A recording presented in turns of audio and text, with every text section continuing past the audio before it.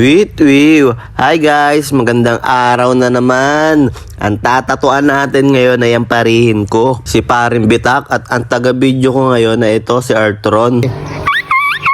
Si Paring Bitak nga pala guys ay isang mekaniko, kaya kung mapapansin nyo guys sa mga tattoo niya puro gear, pyesa ng motor, biomechanical ang tattoo niya. Magaling to no mekaniko, lalo na kapag grass cutter ang ayusin.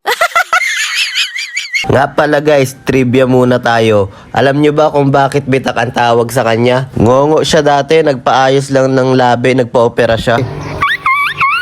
Noong araw kasi nung kami mga binata pa, magkagrupo kami sa karera. Mga hinete kami, mga binata pa kami nun. Pero ngayon, binata pa rin kami hanggang ngayon.